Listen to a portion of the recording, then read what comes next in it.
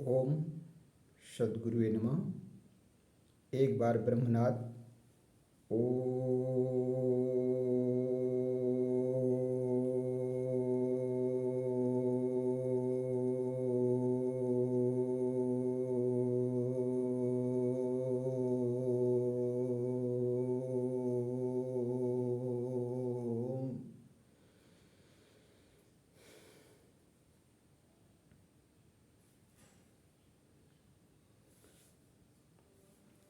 आप सबको प्रणाम। आज एक बहुत सी प्यारी सी कहानी आपको सुनाते हैं। कहानी का शीर्षक है महाकाल की अदालत। तो महाकाल की अदालत में एक बार भैया देवता और राक्षस दोनों टीम पहुंच गई। तो राक्षसों की शिकायत ये थी कि ये प्रभु, आप हमेशा देवताओं का पक्ष लेते हो, हम लोगों का पक्ष क्यों नहीं लेते हो। तो महाकाल ने कहा, देखो भैया, आप दोनों लोग मेरे पुत्र हो और मैं तो दोनों को प्रेम करता हूँ और दोनों के साथ फैसला बराबर करता हूँ।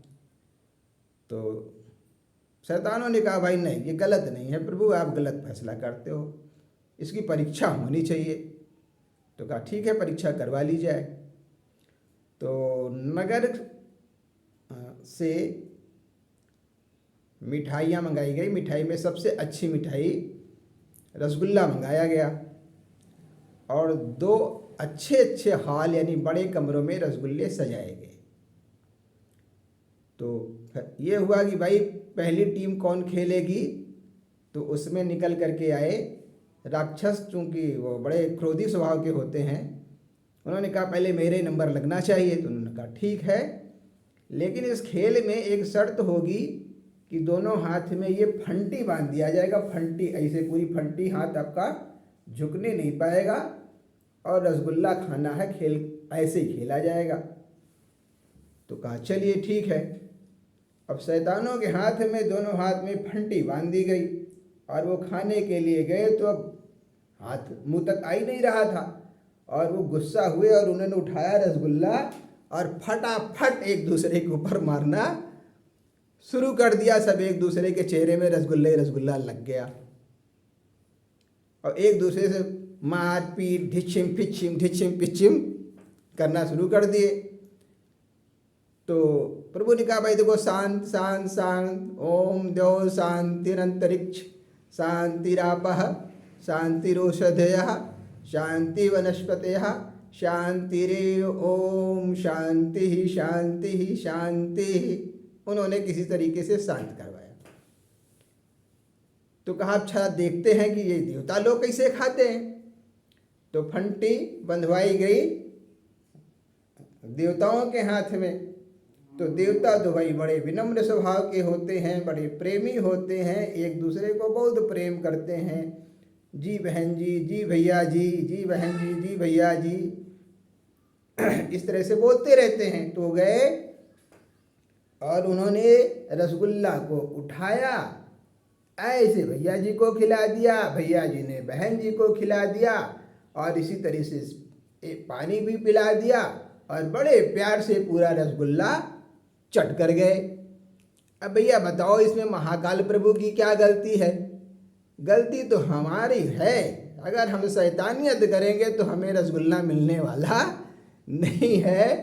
पूरी टीम सजी हुई है, रसगुल्ला भी रखा हुआ है, पानी भी लगा हुआ है, लेकिन जब हमारे पास खुद एक कुबुद्धि है, खाने की हमारी व्यवस्था ही गड़बड़ सड़बड़ है, हमारी खोपड़ी में ही शैतान नाच रहा है, तो फिर निश्चित रूप से हमें धोखा मिल जाता है और हम सद्बुद्धि का प्रयोग करते हैं, सन्मार्ग पर चलते हैं, तो फिर हम एक दूसरे को खिला करके रोटियां भी खाते हैं और प्यार से रह भी लेते हैं।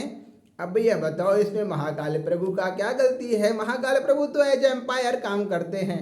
अंपायर वही निर्णय करेगा जो सही होगा। वो तो बेचारे खड़े रहते हैं, क्योंकि शैतान भी उन्हीं की संतान है, देवता भी उन्हीं की संतान है। अब देवताओं की बुद्धि थोड़ा अच्छी होती है, सद्बुद्धि होती है, और उसका वो फायदा ले लेते हैं। और शैतानों की बुद्धि में चूंकि हमेशा काम, क्रोध, मद, लोभ जैसे ढेर सारे गंदगी रहती है, जिसको कुबुद्धि कहते हैं, और कुबुद्धि के कारण ही वो दुर्गति को प्राप्त होते रहते हैं। इसलिए हमें सबसे बड़े अंपायर, तीसरी आंख वाले जो हमारे महाकाल प्रभु हैं, उन पर उंगली नहीं उठानी चाहिए। दोष अपने अंदर है, अपने अंदर झांकना चाहिए, तो निर्णय बिल्कुल सही आएगा और हमारे पक्ष में आएगा। जय हिंद, जय भारत। आप सभी को बारंबार प्रणाम, गलतियों के लिए क्षमा। और मैं उम्मीद भी करता हूँ कि इस कहानी के माध्यम से जो हमें शिक्षा मिलती है, हमें उन देवताओं की तरह से जीवन व्यतीत करना चाहिए, अपनी रोटी मिल बांट करके खाना चाहिए। मानव जीवन बहुत लंबा नहीं है, थोड़ा सा जीवन है, और इस जीवन का पूरा आनंद उठाना चाहिए, पूरा लुत्फ उठाना चाहिए, और जियो और जीने दो, लिव एंड लेट लिव की पॉलिसी, सादा जीवन उच्च विचार, इसका हम सदा करें प्रचार। भारत माता की जय, गायत्री माता की जय, महाकाल प्रभु की जय, सद्गुरुदेव भगवान की जय, ज्ञान गंगा मैया की जय। जय हिंद।